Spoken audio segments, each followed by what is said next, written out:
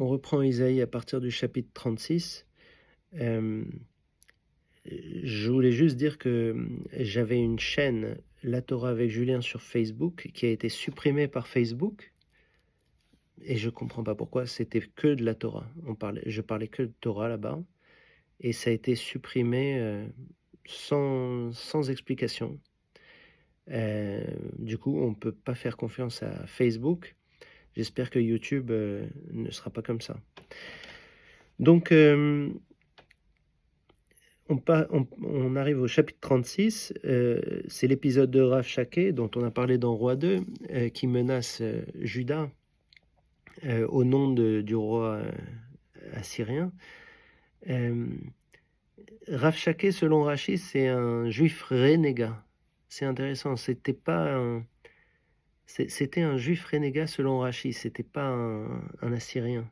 C'est pour ça qu'il parlait en hébreu, dans la langue juive, comme c'est marqué dans Roi 2. Pour que tout le monde comprend ses menaces. Isaïe, à ce moment-là, il prédit le départ de Rabshakeh. On sait que Tiraka de Cush va attaquer les troupes ashurites. Du coup, il va être appelé. Et Isaïe a aussi prédit la mort de Sanchériv, d'après ce qui est marqué. Et il va être effectivement tué par ses fils. Il n'y a pas de prise de Jérusalem parce que après le pillage de Cush par les Ashurites, 185 000 Ashurites meurent par miracle. Alors, est-ce que c'est par la peste? C'est possible que ce soit la peste parce que juste après, il y a l'épisode où Chizkia est malade. Et vous savez, il va mourir, mais il fait repentance et du coup, il vit 15 années de plus. Donc, Rachi note ici que le mérite des patriarches est épuisé. Donc ça m'a posé la question, pourquoi on continue à dire selon le mérite de nos pères, vu que déjà à cette époque, le mérite des patriarches était épuisé. Quelque chose qui est intéressant dans la repentance de Chizkiyahu, c'est qu'il y a marqué, il pleure et il prie vers le mur. Kir, le mot kir est utilisé pour dire mur. Et c'est bizarre parce que nous, on prie vers le mur parce que le temple a été détruit, mais lui, quel mur on parle? Peut-être que ce texte, il nous est destiné à nous et pas à lui. C'est ça qui est intéressant dans Isaïe. Parfois, on a l'impression que ça nous est destiné à nous. Mais comme il est exaucé, vu il s'est repenti, malheureusement, il fait l'erreur de montrer orgueilleusement ses richesses à Mérodach Baladan. Il y a un roi babylonien qui s'appelle Marduk Impadus en moins 721. C'est peut-être lui. Mérodach Baladan qui regarde toutes les richesses que Chizkiyahu lui montre. Et du coup, bien sûr, il va être puni et cette punition, c'est pas en son temps, c'est après son temps. Juda va être déporté. Et il accepte cette punition parce que c'est pas en son temps. À ce moment-là, on parle, Dieu demande au chapitre 40 au prophète de consoler son peuple. Quand il y aura la libération, les nations seront jugées et il y aura un grand sauveur guidé par Dieu. Au chapitre 52, il y a la meilleure définition du peuple juif en ce moment. J'ai l'impression, c'est « Il ne crie pas, n'élève pas la voix, ne fait pas entendre ses clameurs dans les rues. » Il parle du peuple élu. Et c'est vrai qu'en ce moment, on voit nos ennemis qui crient, qui élèvent la voix et qui font entendre leurs clameurs dans les rues. Nous, non, on est silencieux, on ne dit rien. Tous les peuples vont attendre leur jugement. Et là, Isaïe, il essaye de nous convaincre. Alors il dit, regardez les preuves. Les preuves, les prophéties que j'ai annoncées, elles se sont déjà accomplies. Et voilà que j'annonce de nouvelles prophéties. Depuis longtemps, il y a une phrase très belle que Dieu veut dire aux Juifs. Depuis longtemps, je garde le silence. Maintenant, je vais crier et tout détruire en un seul souffle. C'est le verset 14 de 53, de 52. Déjà, cela se passe et vous ne le remarquez-vous pas? Verset 19, chapitre 53. 43, pardon, c'était 42 et 43. J'ai mis les chiffres en lettres romaines et je m'embrouille. C'est intéressant parce que parfois, moi, je regarde des choses, je vois des liens avec l'actualité et tout d'un coup, le livre, il me dit, vous ne remarquez pas? Et oui, je remarque. Dieu oubliera les fautes envers de son peuple envers lui. 44 cette fois. N'aie crainte, Israël, je suis le seul Dieu, je bénirai ta descendance. Après, il y a une longue moquerie de l'idolâtrie. Et ensuite, il finit par reviens, car je veux te sauver. Verset 22. Jérusalem sera habitée, les villes de Juda rebâties. Verset 26. Réalisé en son temps par Koresh. Verset 28, on parle de Koresh. Koresh qui vit 2 siècles après Isaïe. Khorshid, ça veut dire soleil en farsi, encore actuellement. Koresh, c'est Cyrus le Grand. Et on parle de Koresh dans Isaïe. Donc c'est difficile à croire que Isaïe a parlé de Koresh 200 ans avant qu'il arrive et qu'il ait nommément Koresh. C'est possible que le livre d'Isaïe ait été écrit après Isaïe. Je sais pas, je peux pas dire. Mais voilà, là on parle de Koresh et on va parler de la gloire de Koresh et on va dire que c'est le Messie de Dieu, le Mashiach. Le Messie de Dieu, c'est Koresh. Alors qu'est-ce que ça veut dire? C'est même pas un juif et c'est un Messie? Alors déjà, là on voit la très haute estime qu'on a pour Cyrus le Grand, ce qui cimente peut-être notre amitié avec le peuple perse. Mais voilà, pour nous, Cyrus le Grand, c'est le Messie de Dieu. C'est lui qui nous a sauvés. C'est comme Donald Trump aujourd'hui. Il a pris notre défense et il est excité pour la justice envers les Juifs. Abarbanel, il dit « Mashiach, c'est toute personne avec une mission spéciale. Tout le monde peut s'appeler Messie, s'il a une mission spéciale de Dieu. On pourrait dire que Donald Trump, il a une mission spéciale, donc c'est le Messie. Messie, Mashiach, ça veut dire oint, ça veut dire qu'on a mis de l'huile sur sa tête. Effectivement, c'était comme ça qu'on nommait les rois, qu'on nommait même les prophètes. On mettait de l'huile sur la tête et on disait, voilà, tu es oint, tu es le Messie. Juste comme j'en suis au verset 45, verset 7 du chapitre 45, il y a marqué « Je crée le mal ». Dieu crée le mal. Ça s'oppose à un principe du Talmud qui dit « Ein ra yored min hashamaim », ça veut dire il n'y a pas de mal qui tombe de Dieu. Mais on dit aussi il faut bénir Dieu pour le bien et le mal. Sous-entendu, remercier Dieu pour le bien et le mal. Sous-entendu, le mal, c'est pas vraiment le mal. Mais bon, là, il dit je crée le mal. Toute la punition qu'on a, c'est Dieu qui l'a créé. Ensuite, il y a une condamnation du juif qui critique son créateur. Il y a des commentaires qui disent peut-être on parle de Habakkuk qui se plaint de la longévité de Nabucodonosor. Isaïe, lui, il veut pas que le juif critique son créateur. Si on est puni, on doit accepter la punition. Israël va être soutenu et récompensé, promesse de Dieu.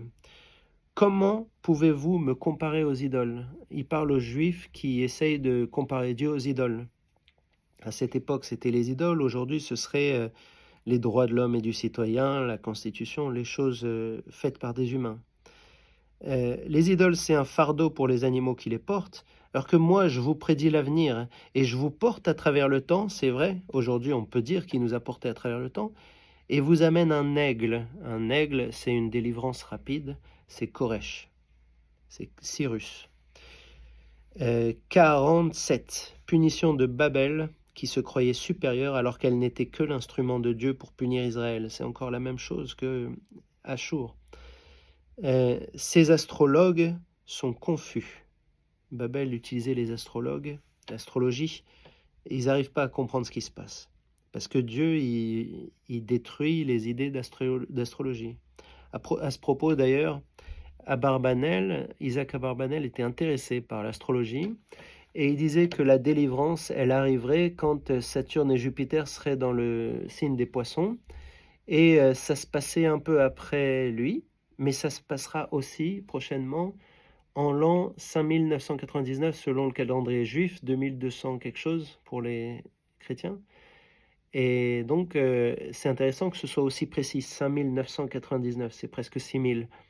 Or, Nachman, il avait dit dans la paracha Béar que il va y avoir 6000 ans et le septième millénaire, à partir de l'an 6000 et jusqu'à 7000, il va y avoir les temps messianiques. Donc ça correspond, Nachman et Abarbanel, par des moyens différents, ils ont trouvé en son temps le moment du Messie. Mais comme vous allez le voir, le Messie peut arriver en son temps ou avant, si on est méritant. Donc, Dieu se retient d'exterminer les Juifs insincères. Les Juifs insincères, c'est ceux qui se disent Juifs, mais qui n'ont rien de Juif. Et il y en a beaucoup, par exemple, en Amérique. En Amérique, il y a des Juifs qui se disent Juifs, qui ont même une menorah à la maison, et puis après, qui mangent du porc, et qui parlent de Jésus, et qui s'en fichent de tout, quoi. Ils s'en fichent complètement du judaïsme. Ces Juifs insincères, Dieu, il se retient de les exterminer. Ils se réclament d'Israël, mais Dieu, il se retient de les exterminer. Ils sont infidèles de naissance. Et quand ils sont punis, c'est juste pour l'honneur de Dieu. C'est même pas pour expier leurs fautes. Si tu avais respecté mes commandements, tu aurais eu bonheur et prospérité continuelle. Alors là, j'ai très peur pour les Juifs américains. Retour des Juifs, même de Sinim. Sinim, on dirait que ça ressemble à Chine. Je suis incapable de dire ce que c'est Sinim, et personne n'est vraiment capable, il y a plusieurs interprétations. Même de Sinim, ça veut dire de partout. Sinim, c'est vraiment le point le plus éloigné, le plus reculé. Donc ça a l'air d'être la Chine. Isaïe, choisi de naissance, accepte sa mission malgré les attaques personnelles. On passe directement au chapitre 51, où il y a marqué « Je retire ma colère et la dirige vers les persécuteurs ». Donc à un moment, Dieu, il va arrêter de punir les Juifs et il va se diriger sa colère vers les persécuteurs. En 52, libération de Jérusalem, stupéfaction des peuples, les Juifs sont méconnaissables, c'est un nouveau visage. Et c'est vrai qu'aujourd'hui, le visage du Juif israélien, c'est un Juif fier qui n'a peur de rien, alors que jusque-là, les Juifs, ils baissaient la tête et ils avaient peur de tout. Rejetons méprisés, on parle de nous, les Juifs, portant les fautes du monde, accablés pour lui assurer une place éternelle. Il a intercédé pour les malfaiteurs. Nous, les Juifs, on intercède même pour les malfaiteurs, tellement qu'on est gentils, et on aura une place parmi les grands.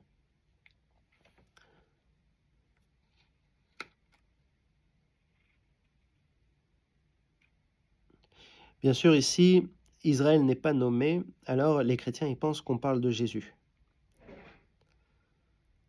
Mais voilà, pour nous, c'est Israël. Réjouis-toi, tu es libéré de la violence. D'ailleurs, la suite, elle prouve. Tu es libéré de la violence. Jusque-là, nous, on est encore dans la violence. Hachem revient à toi après t'avoir délaissé. Les villes désertes repeuplées, ça c'est déjà réalisé. Mes pensées ne sont pas vos pensées, mes voix ne sont pas vos voix. Repentez-vous avant le décret, car je vous pardonnerai tout. Heureux celui qui garde le Shabbat, importance du Shabbat, qui retient sa main de faire le mal et qui fait le bien. Et aussi l'étranger qui s'attache à Dieu. Il y a une place pour le non-juif. Il n'a pas besoin d'être juif, il a besoin de s'attacher à Dieu. Sous-entendu, il doit lire les textes saints. Et les textes saints, voilà, c'est ça, c'est Isaïe. Et c'est d'autres textes. Moi-même, je ne donne pas mon opinion ici. Je donne parfois une interprétation, mais je lis le texte, j'essaye de faire parler le texte. Mais je regarde ce que le texte dit, n'est-ce pas? Dieu attachera ses étrangers aux Juifs. Ensuite, 57. Le juste meurt, on parle de Yeshiyahu, ça annonce des malheurs quand un juste meurt. À cause de la perversité régnante, les enfants de prostituées et adultères, idolâtres, sacrifiant des enfants s'en moquent. Aujourd'hui, on ne sacrifie pas d'enfants, mais quand vous y pensez, quand on crée une dette pour dépenser, on sacrifie les enfants. Si on fait une dette pour investir, pour se développer, pourquoi pas, mais si on crée une dette, un gouvernement qui crée une dette pour les prestations sociales ou pour des choses juste de la dépense qui rapportent rien dans le futur, cette dette, c'est pas nous qui la payons, c'est les enfants, c'est le futur. Donc c'est un sacrifice des enfants. Donc voilà, ces gens-là s'en moquent. Ils s'en moquent qu'il y ait un juste qui soit mort. À partir de là, chapitre 57, 15 jusqu'à la fin de 58, c'est la Haftara de Kippour. Et qu'est-ce qu'elle dit, cette Haftara de Kippour? Quelque chose de très troublant. Hypocrisie des jeûneurs malfaisants. Quand on jeûne à Kippour, ça sert à rien de jeûner si on est hypocrite. Il vaut mieux être une bonne personne. Il faut se retenir de faire le mal, faire le bien, garder Shabbat. Ça fait partie des 3 choses. Il faut pas être hypocrite quand on jeûne. On répète l'importance de Shabbat au verset 13 de 58. Donc, Shabbat, c'est très important. Il faut garder Shabbat. Et Shomer, ça veut dire les choses qu'on n'a pas le droit de faire, donc les interdictions. Dieu n'a pas la main courte. Ce n'est pas par hasard que nous ne sommes pas délivrés. C'est parce que nous pratiquons l'injustice. Donc si jamais en ce moment le Messie n'est pas venu, que Israël n'est pas libre de violence, c'est pas par hasard. Dieu n'a pas la main courte. Il sait quoi faire exactement. Il sera prêt quand on sera prêt. On arrive au 60. Retour à Jérusalem, joie, les nations te servent ou périssent. Les nations qui ne servent pas Jérusalem, à ce moment-là, elles périssent. Je hâterai cela en son temps. Je hâterai cela en son temps, ça veut dire s'ils sont méritants, je hâterai, sinon en son temps.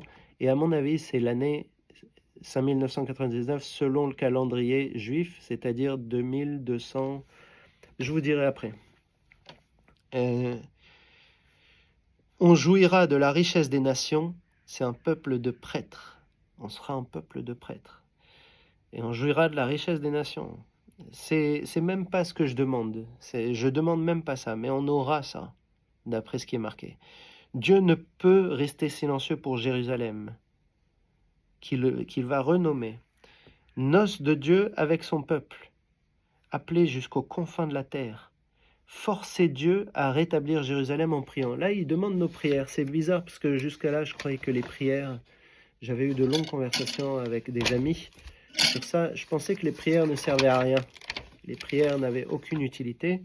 Là, on nous demande de forcer Dieu à rétablir Jérusalem. Alors, Jérusalem n'est pas encore rétablie. Jérusalem est encore entre les griffes des Palestiniens et des Jordaniens, puisqu'ils ont mis leur mosquée sur notre temple saint pour nous humilier à l'époque. Et aujourd'hui, on n'a pas encore détruit cette mosquée qui est bâtie sur nos ruines, les ruines de l'endroit le plus saint des Juifs. Donc, on va forcer Dieu à rétablir Jérusalem. C'est pas nous qui allons rétablir Jérusalem, c'est Dieu, mais on va le forcer en quoi? Comment? En priant. Dieu revient d'Édom après y avoir fait un grand carnage. Alors ça, c'est pour les Occidentaux. Ses vêtements sont rouge sang. Alors, ce que je dis là, il y a d'autres façons de l'interpréter. C'est assez bizarrement dit. Ça peut être Édom qui est plein de sang et on l'accuse d'avoir fait de grands carnages. Mais ça peut être aussi Dieu qui revient d'Édom après avoir fait un grand carnage. Ses vêtements rouge sang, chamoutz. C'est pas le mot Édom qui est utilisé. Édom, ça veut dire rouge, mais là on dit chamoutz, ça veut dire rouge sang. supplique à Dieu pour qu'il nous sauve. Qu'est-ce qui se fait là? Dieu, il a fait un grand carnage, mais on lui supplie de nous sauver à nous. Nous avons joui de notre héritage si peu de temps. C'est vrai que si on y réfléchit, à l'époque d'Isaïe et même depuis jusqu'à la création d'Israël, les Juifs n'avaient joui que très peu de temps d'Israël. Tu nous as sauvés sans qu'on s'y attende, ça c'était en Égypte avec Moïse, puis tu nous as délaissés. Réponse de Dieu, le peuple m'a trahi quand j'étais accessible. Quand il était parmi nous, on a été idolâtres. Mais maintenant c'est la délivrance. Le loup et l'agneau paîtront côte à côte, le lion et le bœuf mangeront de la paille. Ça aussi, c'est de la poésie. C'est peut-être pas à prendre à la lettre, mais c'est aussi possible que ce soit réalisé à la lettre. Un lion qui mange de la paille, ce serait une première. Mais ça peut être des pays dont on parle. Un loup, un agneau, un lion, un bœuf. Quel pays ça pourrait être? À vous d'imaginer. Verset 17. Me voici créant une terre nouvelle qui fera oublier tout ce qui a précédé. Ça, c'est la création d'Israël. C'est sans équivoque. Créant une terre nouvelle qui fera oublier tout ce qui a précédé. On commence à oublier qu'on a été des Juifs errants parmi les nations en baissant la tête. Aujourd'hui, c'est fini. Aujourd'hui, on a créé une terre nouvelle et on oublie qu'on a été Juifs errants. On peut maintenant lever la tête et on n'est plus un Juif qui a peur, on est un Juif qui est fier. Si jamais on n'est pas content, on peut partir. Quoi? Le verset 66, le chapitre 66, le dernier, c'est Dieu qui essaye. Apparemment, on est incrédule quand il nous dit ça. Donc, il dit quoi? J'amènerai la crise de l'enfantement sans délivrer. C'est-à-dire, je vous amène toutes ces crises. Ces crises, c'est aussi des preuves de la délivrance qui arrive. Il va y avoir des châtiments internes et externes aux Juifs. C'est-à-dire, non seulement les Juifs renégats, les Juifs hypocrites, ils vont être punis, mais aussi les non-Juifs qui ont persécuté les Juifs. Et ça va être fait aux yeux du monde. Le monde entier, il va voir ça. Les Juifs de chaque nation vont être amenés à Jérusalem et Dieu va choisir des prêtres, Lévi et Cohen.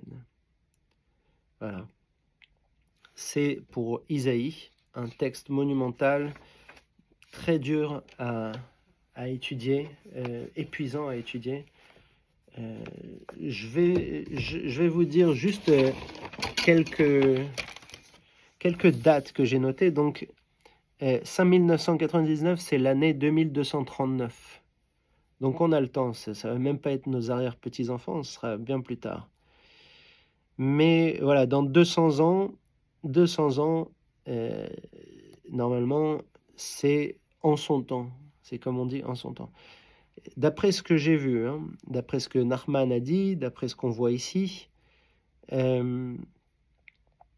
aussi, il y a quelque chose d'intéressant, c'est que 1948, c'est la création d'Israël, mais dans le calendrier juif, c'est la naissance d'Abraham. Ici aussi, il y a marqué que Isaac, ce sera la fin d'Israël. Abarbanel, il a commenté par Isaïe que la naissance d'Isaac, ce sera la fin de l'islam. Or, lui, il vivait au temps d'islam. Naissance d'Isaac, c'est l'année 2048 dans le calendrier juif. Est-ce que dans le calendrier chrétien 2048, ce sera la fin de l'islam? On n'a pas du tout l'impression, parce que là, l'islam, il a l'air au contraire de recréer le califat petit à petit, en tissant sa toile, en Amérique, en Occident. On dirait qu'il va s'emparer, on dirait que l'Occident est entre ses griffes. Eh ben non, si jamais c'est une prophétie qui marche, c'est une prophétie incroyable. Dans même pas 30 ans, dans 23 ans, donc de notre vivant, on verra la fin de l'islam. Ce serait extraordinaire. 2108, donc même mes enfants... ah non, peut-être j'aurai peut-être un enfant très vieux. Naissance de Jacob, 2108, on ne sait pas à quoi ça correspond. Je ne sais pas encore, en tout cas. 2239, c'est la descente de Jacob en Égypte. c'est les temps messianiques, 2239, c'est, vous rappelez, dans le calendrier chrétien, c'est exactement l'année 5999, donc les temps messianiques. Et ça correspond à la descente de Jacob en Égypte. Donc la première fois que Jacob, il est allé en Égypte. Il y a d'autres trucs qui sont intéressants. 1961, dans le calendrier juif, Abraham, il se cache à 13 ans pour échapper à Nimrod. Or, en 1961, c'est Adolf Eichmann qui s'est caché sans succès pour échapper à Israël. Il a été pris par Israël, il a été jugé et tué pour ce qu'il a fait. Donc le Nimrod de 1961, c'est lui qui se cachait de nous. 2047, donc un an avant la fin de l'islam, c'est Sodome et Gomorrhe. Donc un grand carnage, comme on dit dans Isaïe. Donc voilà ce qui attend l'humanité. C'est un livre de prophéties, alors pourquoi pas tenter de faire des prophéties. Voilà, ce sera tout pour maintenant.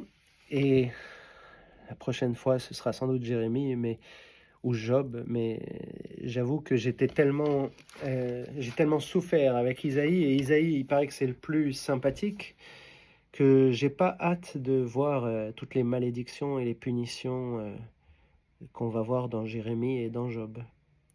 Alors à bientôt.